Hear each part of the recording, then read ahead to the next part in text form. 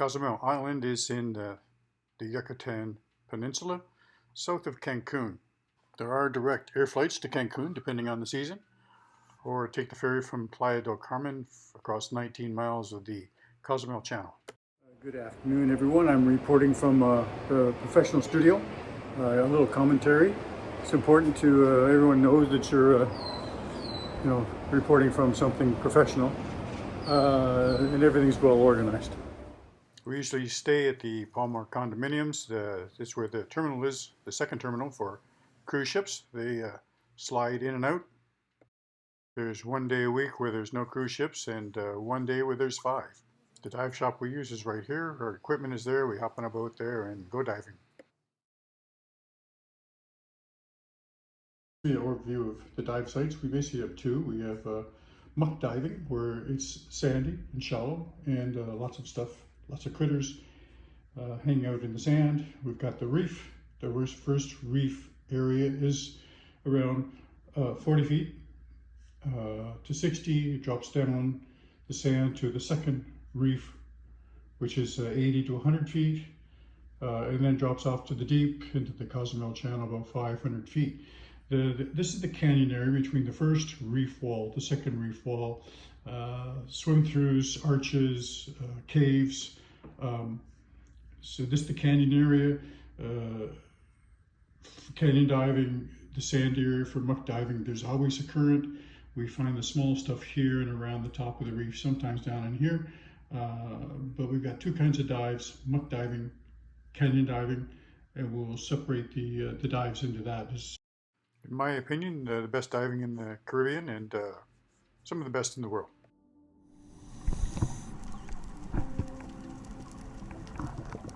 The divers in the background around 40 feet, and we're following our dive guide.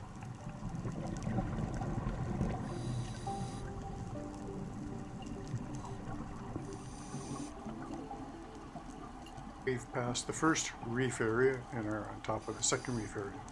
Our computer tells us a lot of stuff we need to know. One is how much air we have left, which is at the bottom. When 800 pounds, we started with 3,000. Top number on our computer is our current depth, which is 75. The other 75 is the deepest depth, and we're descending.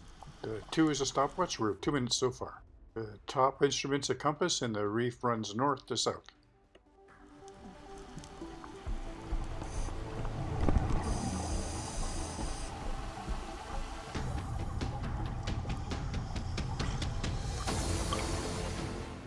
Is 88 feet, our deepest was 91, and we're 8 minutes into the dive. The 18 has to do with nitrogen absorption and saturation.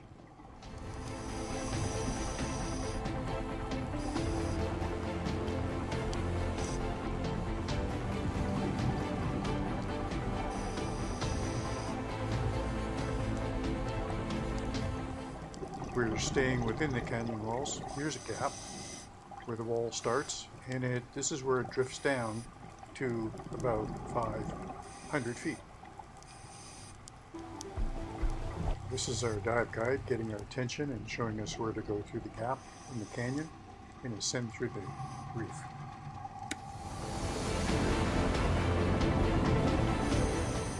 This is a swim through. We're still around 80 to 70 feet. There's not much color down here. It's all bluish green, greeny blue. The water filters out red light after 16 to 20 feet, so it's pretty monochromatic down here.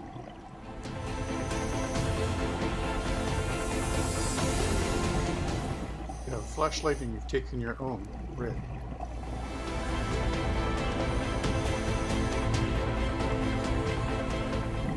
Some divers don't like the swim-throughs. You have to have pretty good buoyancy and certainly not be claustrophobic. It's not good to be bouncing off the bottom or the top of the arches or even the sides of the reef. It's definitely not good to be kicking up sand for the people following you. I'm following Lucy. She's a really good diver. Our dive guide is unrolling and inflating a safety buoy that he's going to send to the top to let the boats know that we have divers below and we're going to be ascending soon. It goes, that's about 60 feet to the surface. And this is what the reef wall looks like when you take your own flashlight.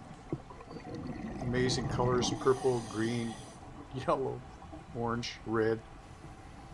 You have to be fairly close to the wall. When you get further away, even with the light on, everything goes back to monochrome.